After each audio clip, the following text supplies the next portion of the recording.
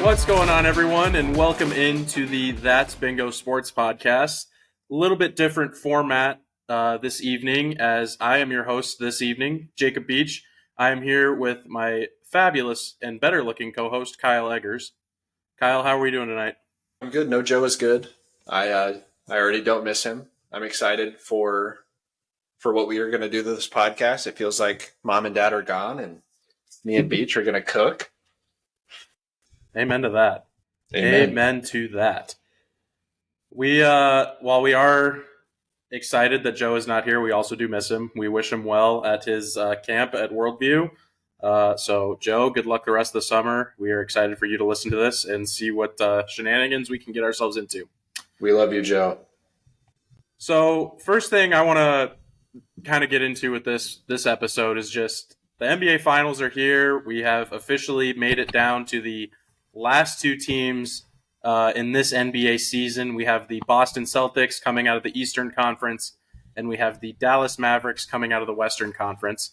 One of those teams felt like an obvious pick pretty much the entire season, it being the Boston Celtics. And then we have the Dallas Mavericks, who felt like a team that kind of surprised people to get here, even though they do have Luka Doncic and Kyrie Irving. So, Kyle, let's just get your initial reactions to this NBA Finals matchup, kind of what your thoughts on it are, and just a little bit of your thoughts on the playoffs as a whole. Yeah, this season has been actually pretty wild for the NBA playoffs. Usually, I feel like I've just been conditioned from when we grow up, and it's like the most predictable thing ever. Like, you know who's going to be in the conference finals, and you know who's going to be in the finals. Yeah. But I was shocked by at least the Western Conference Finals. Obviously, Eastern Conference was pretty much exactly what everybody that had watched any basketball this season thought it would be. But yeah, I was very pleasantly surprised with the Western Conference. Felt like a new era. But yeah, I'm really pumped. How do you feel? I think the NBA got its wish after all those years of it just being like you were just saying, whoever LeBron was on in the East and then whoever the best team was in the West matching up every year. Yep. That's now changed to where you had a Western Conference Finals that was the Minnesota Timberwolves and Dallas Mavericks, two teams that I don't think anybody at the start of the season necessarily would have predicted to be there. And then in the East, Boston was there, yes, but then they were playing Indiana, who was a 6 seed. And again, that's another thing that I don't think people really expected to see. You know, you're probably thinking at the beginning of the year, I know when we had talked, in our preseason predictions, we had talked about teams like the Bucks. We had talked about teams like the Suns. We had talked about teams like the Clippers. We had talked about all these other teams that, had strong starts and had, that superstar talent. But at the end of the day, we're sitting here with an NBA Finals that really is not who I think people would have expected to be in it. And that's exciting because the days of the Cavs and the Warriors just meeting in the finals are over. Yeah, I like that take. Honestly, I have a comp for this year's finals. This is what it feels like. We're going to take a journey back to 2006. Beach, wow. Top of your head, no Google. Do you know who's in the 2006 NBA Finals? That was the first iteration, I believe, of the Miami Heat and Dallas Mavericks, was it not? Yeah, wow, good job. I cannot believe I pulled that off the dome. That was impressive. Me either. Maybe it's a lazy take because it's the Mavericks, but here's the similarities that I see. I see a young Mavericks team, Luka Doncic, just 25 years old. The Mavericks in 2006 were the 4 seed. The Mavericks this year, what are they, the 5 seed? Yeah, 5 seed. Which I believe I saw a stat somewhere, could be totally wrong, that was the lowest seeded team to make the NBA Finals, which is insane. That might be wrong. I don't know. But anyways. First one in a while, I believe. I believe the lowest seed to win the NBA Finals was the 6-seeded Houston Rockets in 1995. That's right. Okay, so I was fed misinformation, but it's okay. Either way, they're a low seed. But yeah, 4 and 5 seed, 2006. The Heat had a pretty stacked roster. They had just gotten Shaq. Like, it wasn't necessarily, I think the Heat won in 6. What I expect, and I know we're going to have predictions, but I'm just going to say mine now. I think it's going to be kind of similar. Like it's going to be the Mavericks are excited to have been there. They're the 5 seed. Nobody really had them there. They came out the West. Luka's 25. He has a good supporting cast. Maybe they put up a couple great games and win 2. But I don't really see a world in where the Celtics lose this series. Yeah. Well, let's get into our predictions a little bit later when we kind of dive more in depth into this series. But first, I want to go over some of our predictions that I found from some of our previous podcasts, especially our NBA playoff preview podcast that we did right before the start of the playoffs. And I just want to go through some of our takes that we got right, and then some of them that we were just way off on. So first to start off, I listened all the way back to our trade deadline podcast. Way back in, what would that have been, February? Sounds about right. And Joe asked a question about, we talked about the Suns a lot, obviously, because that's all I care about. Yep. But we talked about what other teams made moves that you felt really solidified their standing. And one of the ones that I felt really improved their chances was Dallas with the moves they made in getting Daniel Gafford, PJ Washington, and just solidifying that front court. And they proved me right. I mean, both guys played huge roles in this team making it all the way to the NBA Finals. I don't think if they would have stayed where they are at with Grant Williams and some of the other pieces that they had, that they would have made it this far. Obviously, Luka and Kyrie have been superb. They've been out of this world. But what has really impressed me about the Dallas Mavericks run is that it seems they have this great mix of role players where it's the perfect blend that they all are stars in their roles and they all know what their roles are. And that's not always easy to find. I mean, just like we said about the Suns, that was something that killed the Suns this year. It's something that plagues team every year, where sometimes you have these role players that just can't really figure it out. So I was proud of that take. Kyle, I don't know if you have any thoughts on just that trade deadline acquisition and what kind of took place there, but give me your thoughts. Yeah, there was it was a pretty active trade deadline.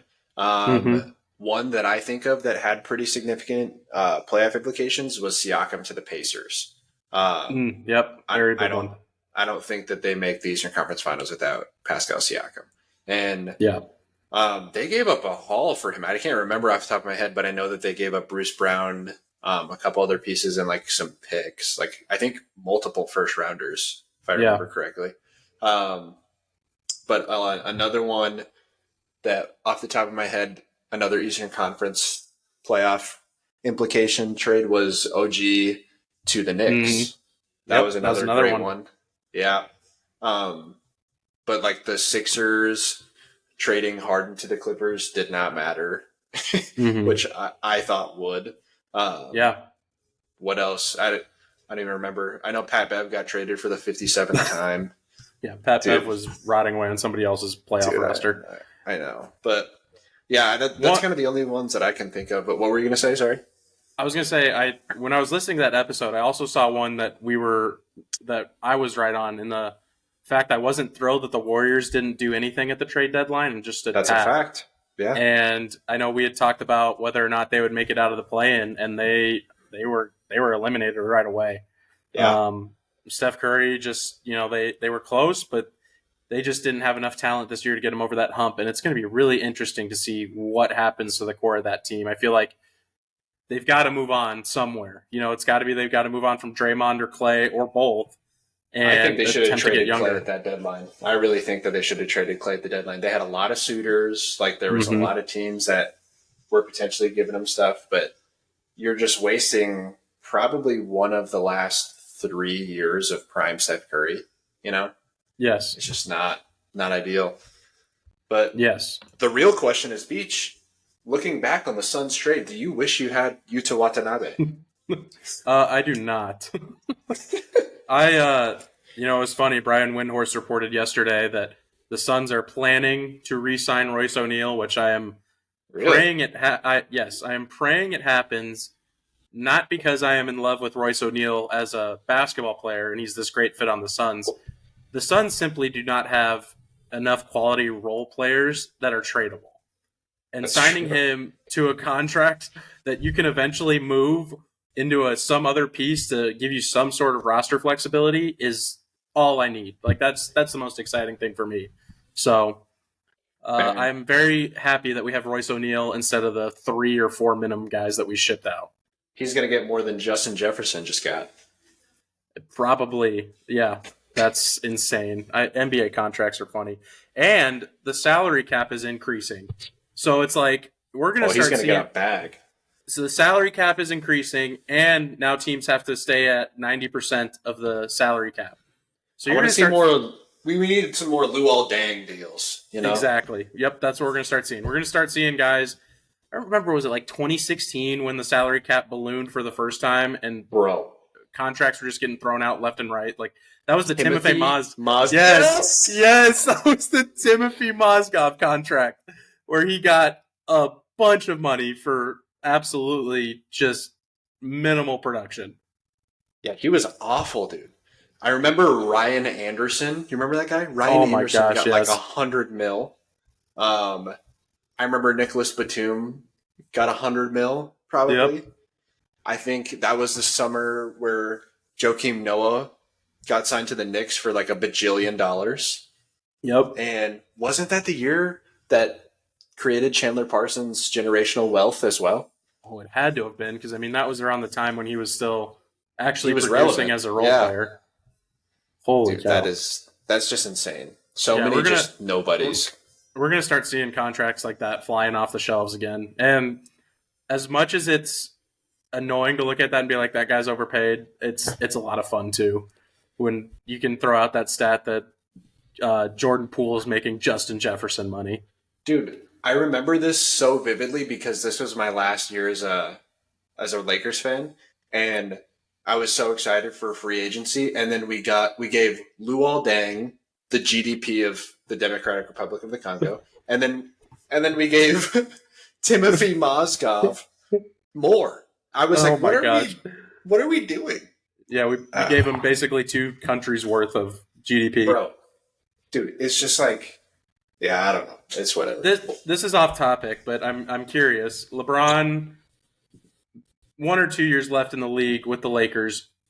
If he retires and he's done out of the picture, do you once again start rooting for the Lakers, or is that ship kind of sailed? How do you feel about that? They'd have to clean house, honestly. Like, they would have to clean house. I just hate Anthony Davis. I really do. I don't like most of their roster. I would love to be a basketball fan again. I just like the Lakers have been a cancer to watch. And Yeah. so I would love to watch basketball again and be back into it. What I would love is for them to draft Bronny. LeBron just poops his pants for 1 more year, and then he leaves. Bronny gets cut because he's not good. And then they blow the whole thing up, fire JJ Redick, and then and then just get everybody else out. And then I want to just see a bunch of new faces. That'd be awesome. I'd be in. I think that would be. I mean, as a Laker hater, that would be right up my alley. I don't know. You're not a member of Suns Twitter like I am. I am on the message boards, as we would say. He's on the message boards. I am on the podcast and the message boards. And one of the wild rumors that is being thrown around right now is the pipe dream of LeBron James to the Phoenix Suns. Would you be happy with that? I don't know how I would feel about it, to be honest. With how bad last season was, I think I'm willing to take a chance on anything, including LeBron James, especially if he's coming on a minimum contract. Dude, okay, well, first of all, there's no way he'd come on a minimum contract. But second... Well, that'd be the only way he could play here, because we're into the second apron. We can't sign free agents, so the only way he's coming here is on a minimum contract. So we'll entertain this. So it would be KD, Booker, LeBron, probably Bronny as well, if he's going to go there. Yep. And then who would come up? Would I come off the bench? Who would be there? Like, you know? Grayson Allen and Royce O'Neal and the lemonade guy. I mean, that's who's, your 8th man at that point.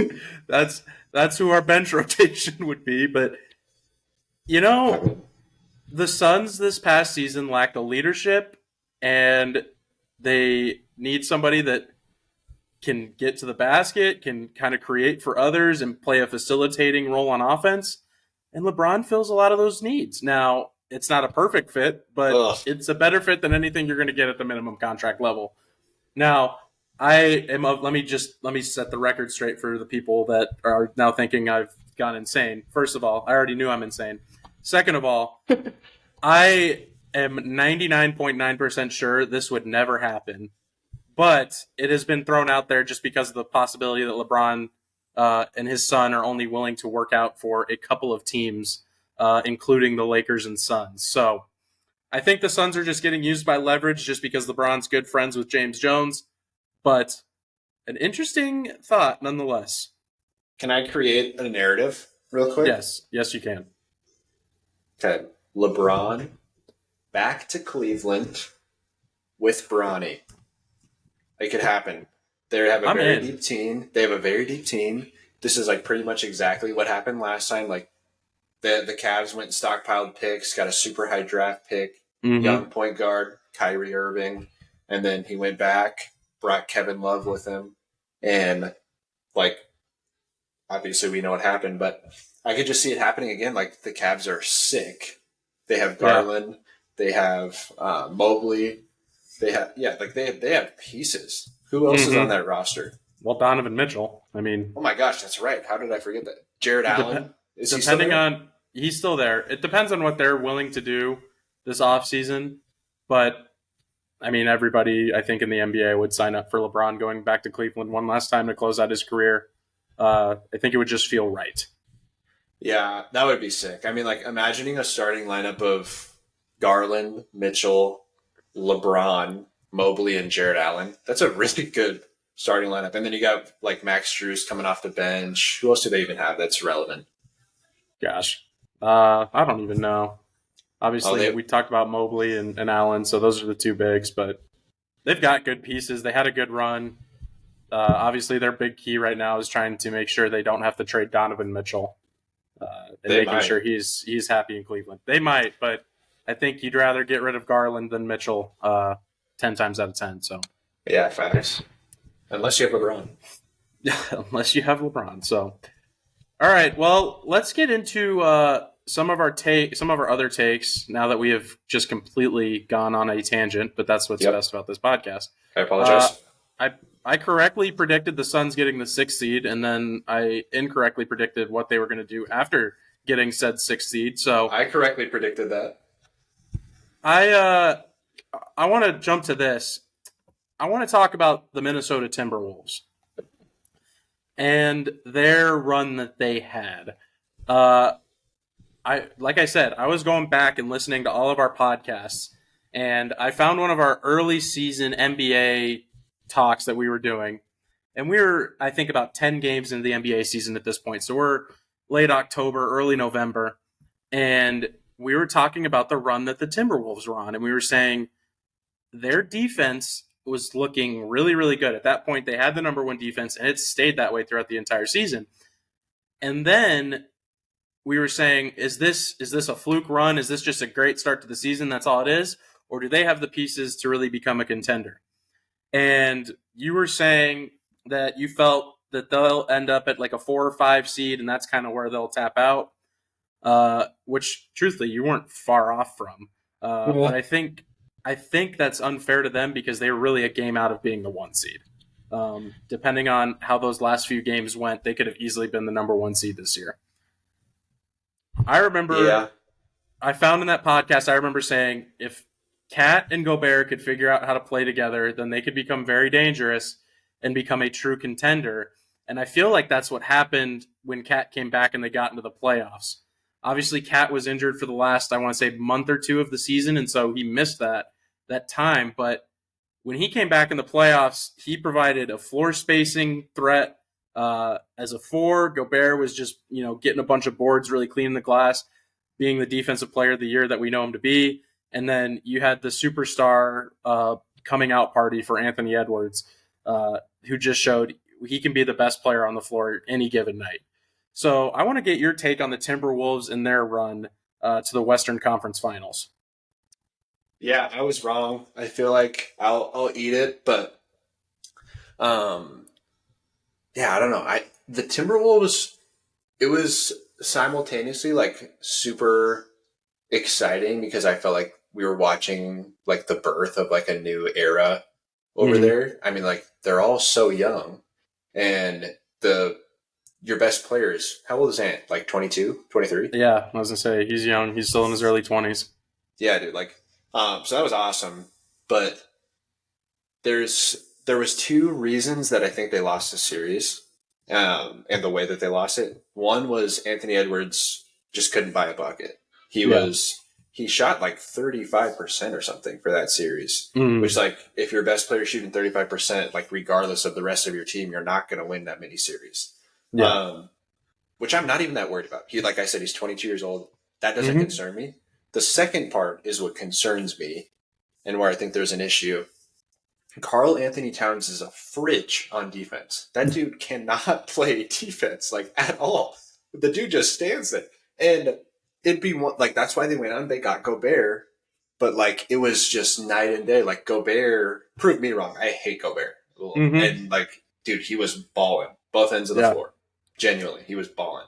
But Cat is good for 30 some nights. But if you're giving up 40, who cares? You know? Yeah. And what is concerning about that is I think that the Wolves may find themselves in a position where like Gobert is getting paid, Cat's on, one of the largest contracts in the NBA. You're going to have to pay in. Like somebody's going to have to give, and Cat just doesn't provide enough value on the defensive end of the floor for them to. I don't think that he's going to stay around if he continues to play the way he did. Like he got benched for Naz Reid, like so. I think it was a little bit concerning, but also like kind of inspiring that the Timberwolves could do what they did this year. But like, I think that if they figure out that Cat situation, like they're deep, they're young, like they could do some damage in the next couple of years. Cat is just fascinating to me where he's just this polarizing talent where obviously the skill set's there, but he is very different than when he came out from Kentucky. He shoots the ball now. He doesn't really do any post, back to the basket any type of post moves. It's all just perimeter spacing, shooting, 5 foot behind the line threes. And it's just a really bizarre offensive game. Now, when you have a center like Gobert, that really works. But as we've seen, it can create some interesting dynamics. And then, like you said, defensively, I mean, he struggles at times. And the foul trouble he gets in is just mind-boggling. Like, great players have the sense to know when it's a good time to commit fouls and when it's not a good time to commit fouls. Yeah. And Cat just doesn't have that. Like the Suns, in the 4 games they played against the Suns, I swear he had 3 fouls at the end of the first half every single time. Yep. Like he was playing like 20, 25 minutes a game because he was picking up 5 fouls, 6 minutes into the third quarter. And for somebody that's supposed to be your second best player, arguably, that just can't happen. So it'll be interesting to see what they do. Just like you said, the restrictions are only going to get tighter and tighter with the money they're going to be paying to guys like Edwards, McDaniels, and all the other contracts they're going to have coming up. So it'll be interesting to see how they try to stay competitive in a very competitive Western Conference. Yeah, I get concerned for them because of the financial obligation that they've made to him. But I don't know. Happy Pride Month, Cat.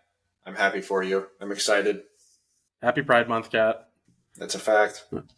What a great run for Anthony Edwards, though. Outside of that last series against Dallas, I mean, he showed out in those first 2 series against Phoenix and against Denver. Brother, he was getting MJ comparisons every night. It was insane. Yep. It was pretty crazy. So, all right, let's go to one of our next topics. We were all high on the Los Angeles Clippers. What is wrong with us? Well, I think we all have good reason. When we talked about the Clippers going into the playoffs, when they played at their top level, they looked like they could beat any team in the NBA easily. Kawhi Leonard, Paul George, James Harden, the amount of depth they had. Ty Lue is a great NBA head coach, as we've seen and as he's proven throughout his career. And, it's just one of those things. Like, it's hard to bet against that type of talent being able to put it together. And yet, again, they still ran into the Dallas Mavericks, and they still got beat by Luka Doncic. And that's all it was. And Kyrie Irving. Luka, I think, struggled a little bit in that series because he was under the weather for most of it, and I think he was battling some injuries, but they still couldn't do anything with it. Yeah. And again, we are in the playoffs, and once again, Kawhi Leonard is missing games because of injury. And it's one of those questions with that team every year. When they play together, man, they're scary. They're tough, and they look like it too. Like, you don't want any part of them. The problem is they're never together in the playoffs when it matters most. For whatever reason, somebody gets hurt, somebody's missing, somebody's got, some sort of knee flare up, whatever it might be, and they're just never healthy. So how can you really trust them? I mean, this is, I want to say, year 5 of this experiment. What do you do with the Clippers? Dude, it's an interesting conundrum that they found themselves in, because like you have players that are just absolute staples of the 2010s and even 2020s that are on this team. You have Paul George, James Harden, Kawhi Leonard, and Russell Westbrook, and you can't get it done. Like, I think that we've realistically reached the point where Westbrook's window as a productive starter is closed. Yep. And Harden he's still going to be fine, but he's not going to be worth the max contract that he's going to try to get, because he will try to get it. And same with Paul George. Like, we're going to see a world where these 4 split up. Like, one of them is going to go chase a ring. One of them's going to go chase a bag. Paul George is going to ride his podcast into the sunset. Like, it's just going to be, they're not going to run it back. And so I think it's almost inevitable that somebody's going to go try to get a ring. Somebody's going to go try to make as much money as they can and just wither away into nothingness. Like, yeah, I think it's sad, but like, dude, I don't think any of those 4 players will win another ring. Well, I guess Kawhi's the only one that had won a ring, but yeah, those three guys, I think they're going to have to retire without a ring, which is just like insane to me. Yeah, this playoffs really felt like the first time in a while where the superstars of the 2010s were just aging out. I mean, you had Anthony Edwards screaming in Kevin Durant's face that he's here in Game 1. You had Paul George and Kawhi Leonard just getting absolutely demolished by Luka Doncic. LeBron James, was they obviously weren't able to make it out. So like all of these different things that we had talked about with these teams, like, and these superstars that, our childhoods revolved around watching these players play and all these big moments, they're getting to the end. And it really felt like this playoffs was a passing of the torch from one generation to the next.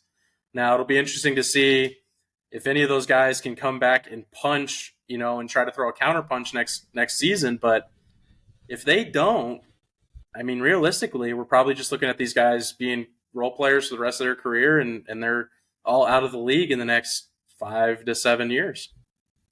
I think it might even be shorter than that. I think the only player that realistically has a shot at being a key part of a championship team is Paul George. I think Kawhi Leonard doesn't really care enough to go somewhere else, and he's hurt. Yeah, and he's not healthy enough, and he's not going to play second or third fiddle to somebody who's younger. So I don't think he's going to win another ring. I think Paul George should be a fantastic third option. Like, if he went back to the Thunder right now, I think it'd be amazing. I think that's what they were trying to do with that Gordon Hayward trade, was get something to that effect, but it didn't work out. But like Russell Westbrook and James Harden, to me, I feel like they're negative assets to a basketball team for what they would cost. Mm-hmm. is just literally going to be way more than the value that they bring. And Yeah. it's the reality of it. Like Russ is 35 and he's not going to really do anything. And Harden is going to be just like a shell of himself. And when he's on, he's just ball dominant, you know? So Yeah. it is what it is. It really is. It's a sad time in a sense, but just another reason to appreciate the greatness that we did get to see for all those years. And it really does make me excited to see the new faces of the league coming up. I mean, we think about it, you know, in these playoffs, and we had Anthony Edwards, Luka Doncic, Jason Tatum, and Tyrese Halliburton, and all those guys are early 20s, you know, fighting to get to an NBA title. So It's insane. yeah, so that's the cool part that I'm excited for. Real quick, one more thing I want to talk about. Actually, two more things. MVPs. I said Luka Doncic was going to get it due to voter fatigue, and Kyle correctly predicted Nikola Jokic to be the MVP. Kyle, the floor is yours. Take your victory lap. It looks like the voters weren't as tired as we thought. I'm certainly tired of it. Dude, I know. I mean, I'm with you. Did he deserve it? I think absolutely. Like you Yeah. can't like if you take player A, player B, and put his stats next to anybody in the NBA, you like literally cannot give it to anybody else. Well, I think you Yes. could give it to Luka. I think don't know. I think if you put their stats next to each other, you could easily make the case for Luka. But I hear what you're saying, and Let's see. for just the offensive hub that he is for his team, like you can't say that he's wrong to get the MVP. Yeah, like the dude he's not like he's just the entire team. Like it's not even close. Yeah. Okay, this isn't points per game stats. I'm gonna find their season stats and we'll compare them to each other. Okay, here we go. Beach. Here we have it. I'm gonna player A and player B you right now. Are you ready? I'm ready. Okay, no Googling. Don't look it I'm up. not Googling. Google me, Chuck. Exactly. All right. 33.9 points per game for player A. 9.8 assists per game for player A. 8.4 rebounds per game for player A. Versus 26.4 points per game for player B. 9 assists per game for player B. 13 rebounds per game for player B. You know, it's actually significantly closer than I thought. Yeah, first one's Luka. Yeah. Second one is Jokic. That's what I'm saying, man. Like the stats are right there. Like Yeah. Luka's got the stats. I think if they would have flip flopped the standings, I think Jokic wouldn't have got the MVP. I think Luka would have gotten it. I still think that has hurt him a little bit that they haven't finished higher in the standings. Again, they were the 5th seed this year, so they fell, I want to say, a few games short of getting to that 2 seed where the Nuggets were at. But something to note, though, is Nikola Jokic shot 58.3% from the field, and Luka shot 48% from the field. Like, 58%. Averaging 27, 12, and 9 is absurd. Like that's silly. But yeah, what's his? Do you have his? Can you look up his true shooting percentage? Oh my gosh, it's probably silly, including for those of you that don't know what true shooting percentage is. It's basically your field goal percentage plus your free throws, and that gives you your like true shooting percentage. So it's probably insane what the number's at. He was a 65%. True. Like, that's just silly, you know? That's like, that absurd, actually. Holy cow. Yeah, I mean... I still think the degree of difficulty on his shots, there's nobody that hits tougher shots than Jokic at times. Yeah. Like, he just throws the ball up there and it goes in. Like, we're looking at it on paper right now, but, like, legitimately, if you watch a Nuggets game, the entire team's offense is dictated by Nikola Jokic.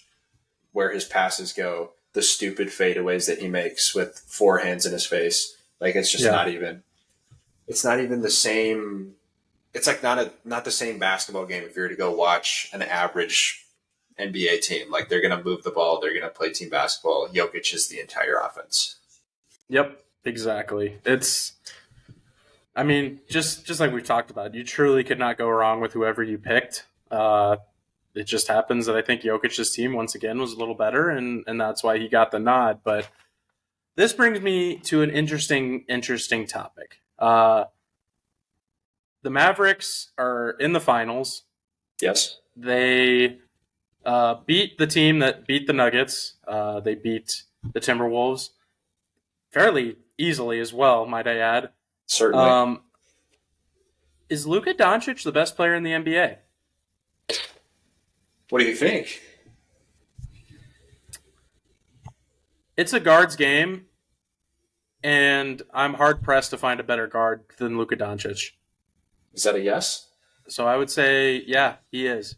Wow. I think there are still questions I have about can he lead a team to a title. But at the same time, he is still young. He is still really, this is what, his third playoff run that's been like a decent playoff run. So he's only getting better, it seems like. He's only continuing to grow with Kyrie. And this playoffs, like, it hasn't mattered what other teams do. He's just inevitable. Like, that's how it feels. The Timberwolves, you look at those games, every game of that series, I want to say, the Timberwolves had a lead outside of Game 5 when they just got the doors beat off of them. Every game up to that point, games 1 through 4, they had a lead in the fourth quarter. And in games 1 through 3, they blew every single one because Luka Doncic came in and just started hitting bucket after bucket or assisting on bucket after bucket. I mean, it's inevitable what he does. He gets guys open. He makes the right play.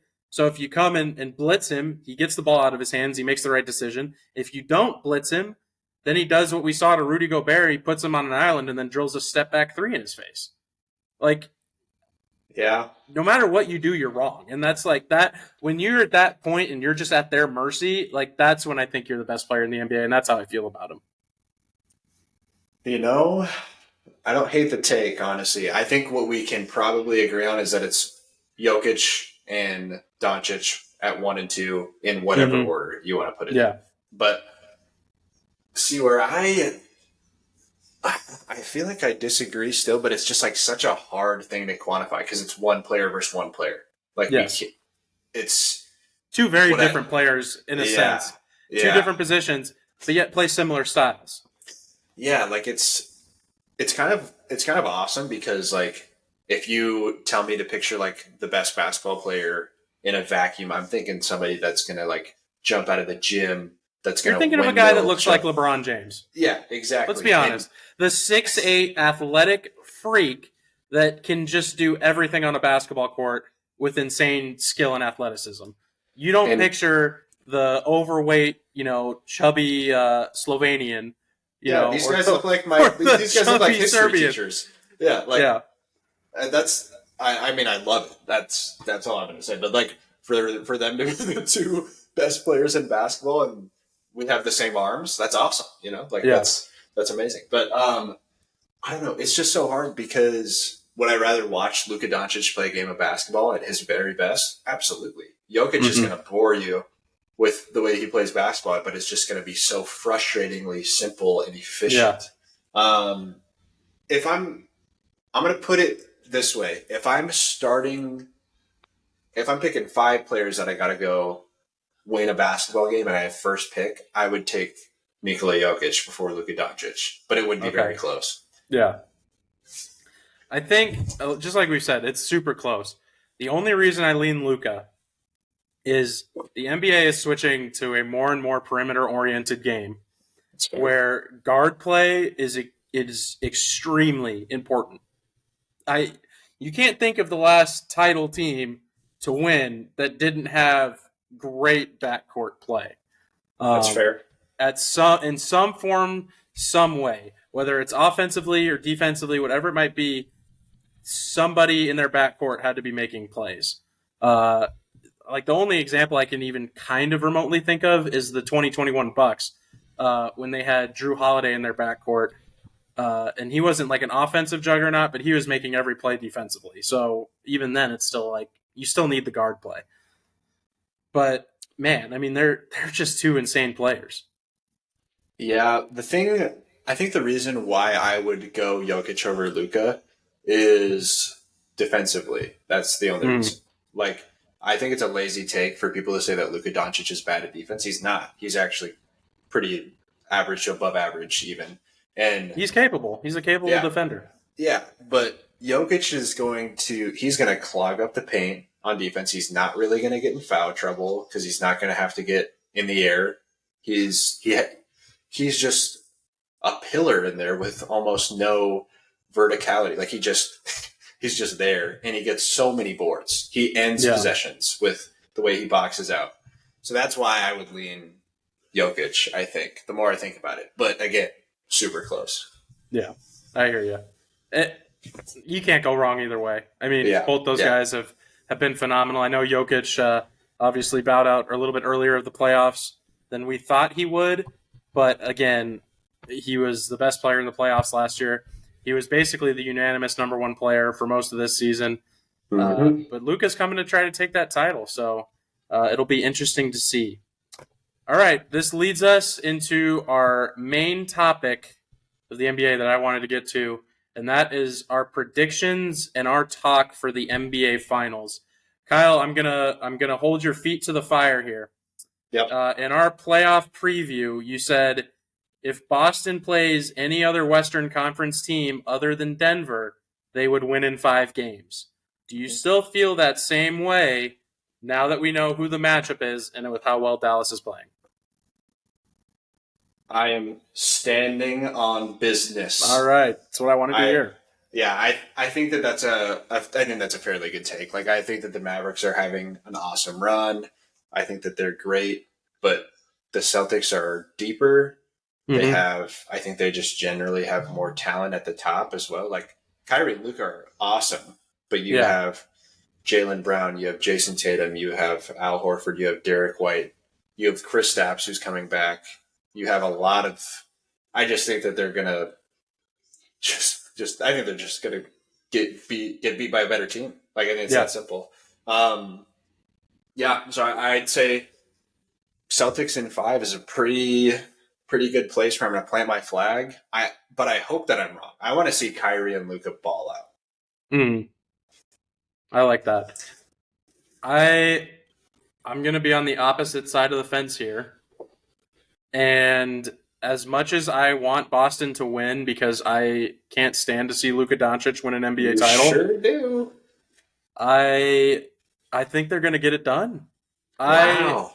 I have been so impressed with how those two have played in the playoffs. And like I said, Luka feels inevitable, and I think he's going to be the best player in this series, and it's not going to be close. The question is, can Kyrie be like that 2016 Cavs Kyrie, where he's not necessarily going to be the number one option, but he's going to hit big shot after big shot when you need him most. If he does that, I think Dallas is going to shock a lot of people. I think they're going to win this series. How many games? I think it's going to go. I think it's going to go 7. I really do. Wow. I think it's going to go 7, and I think Dallas is going to win it on Boston's floor, with Luka giving a generational performance. Wow.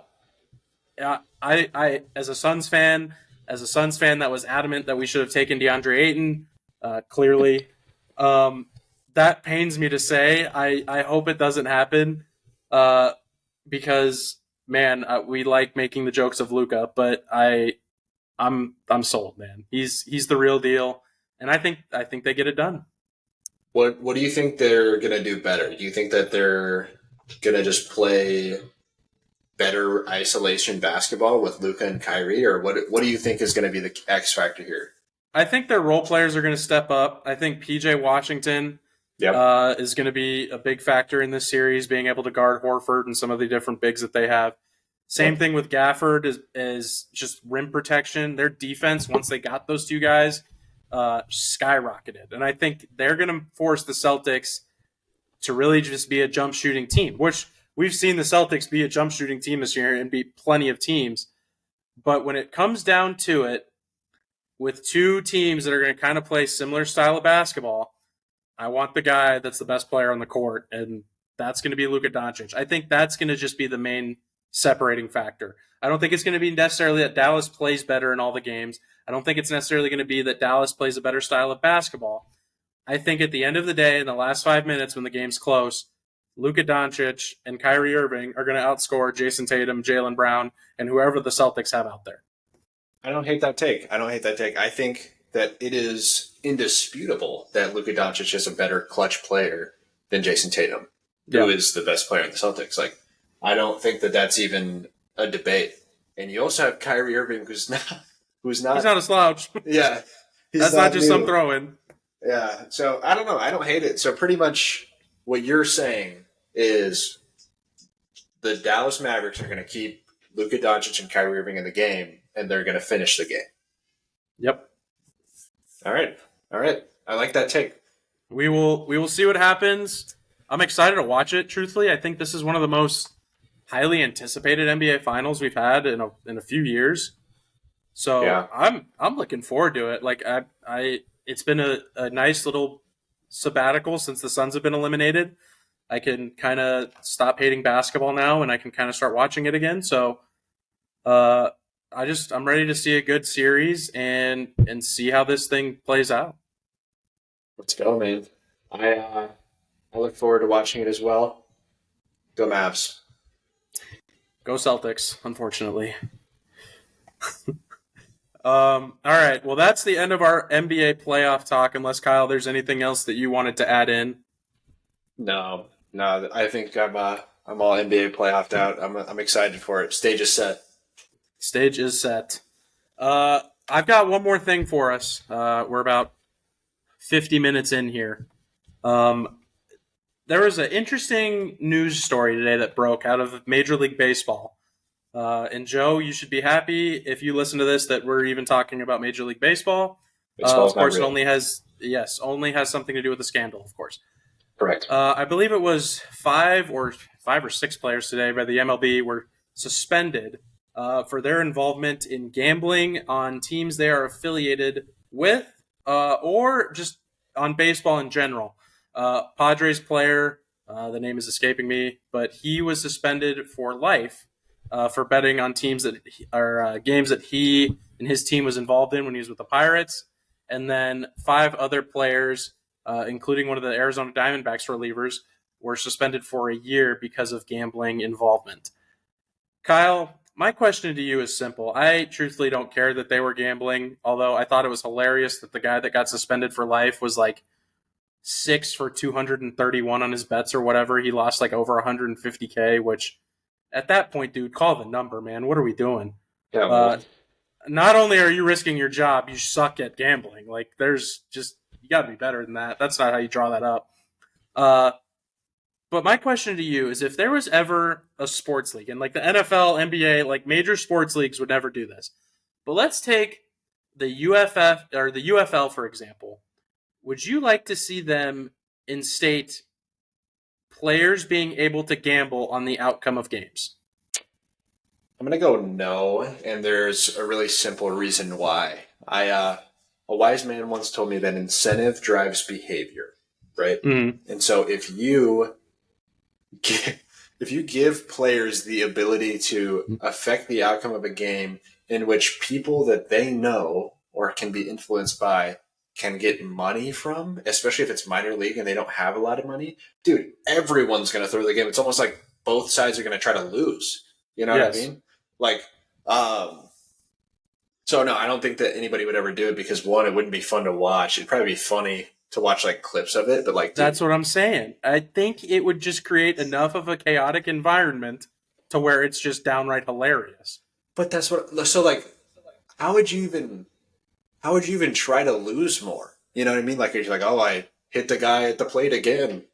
Oops. You know. Well, let's say you might. There could be a wide variety of spectrums where players bet on themselves to perform well and to win their games or to, hit their bets. Or you have players like Jonte Porter, who's just trying to throw things and cash out, which apparently was reported today that he owed over like 300 something grand in gambling debts to whoever, and they were telling him to throw games. So that dude was in with the mafia or something, which is another crazy story. You know what would be electric, actually, is if there was a league, right? And both teams were like, okay, like we're going to try to throw this game. And so one team scores on their own basket. Mm-hmm. And then they essentially just switch jerseys and they're playing on the other side of the, like trying to see who can score the most on each other. But yeah, I don't think that it'll happen because it's just logistically too much. Yeah, I think that's what I'm saying. Like, this would never happen, right? Like, yeah. And it would never happen in one of the major leagues because, like, they don't want anything to do with this. Like, we just saw, right? Like, a player wasn't even in those games, but since he's betting on his teams, the MLB doesn't want any suspicion of that, so they just get rid of him entirely. We saw it with the NBA as well. Anytime, this type of fair play thing is brought into consideration, the last thing the NBA, MLB, NFL wants fans to think is that the games are rigged. So this would never happen in something like that. But I'm telling you, like a minor league that's trying to gain publicity, you could attract a lot of degenerate gamblers and people that just want to watch something chaotic and funny. Isn't there like a minor league baseball league, like the Banana something or whatever? The Savannah Bananas? Yes. Yeah. They could do it. That'd be funny. Yeah, I think it'd be hilarious. The Harlem Globetrotters could do it. Dude, but it's just like, at a certain point, it's like, what's even the point, But yeah. But at the end of the day, it would be entertaining, and that's all this is that's all this is about. At the end of the day, is pure entertainment. That's true. You know what? Speaking of this, like gambling stuff, dude, I saw that Shohei Ohtani's. Well, first of all, let me ask you this question: do you think Shohei was the one gambling? I don't think he was, but I am hard pressed to think he didn't at least know something was going on. I just don't, bro. It's like. I get that he's like signed $1 billion contract or whatever, but like $17 million and you don't notice? Like, yeah. What? Yeah. It's got to make a dent. That's what I'm saying. And Joe texted me this. Somebody on Twitter put it out, and they were saying the MLB wrapped up this investigation into these guys in like a week, it felt like. And then yet the Shohei Ohtani thing took 2 months just to say that he's cleared. So, like, is there something going on that we don't know about that, like, maybe he was actually gambling, but the MLB can't come out and say that their biggest superstar was gambling through his interpreter? So they made the interpreter take the fall to protect their brand? I don't know. Dude, I don't know. He just pled guilty for up to 33 years. This guy's life is over. Like, and it's not fair. If it comes out that Shohei was actually gambling, dude, I hate him. Like, he just ruined that guy's life. Mm-hmm. But yeah, 100%. Who knows? That's the price of doing business sometimes, though. I guess so. You got anything else, or shall we wrap this thing up here? Go Rams. Go Cardinals. Well, just want to thank you guys for listening to this episode of the That's Bingo podcast. Shout out to Joe again. Joe, we miss you. Yep. You can follow us on the That's Bingo Sports Pod on X, TikTok, Instagram, basically any social media platform where you can see some of our horrendous takes or some of our good ones occasionally. Nope. So with that being said, thank you all for listening. We'll see you on the next one. Love you. Bye.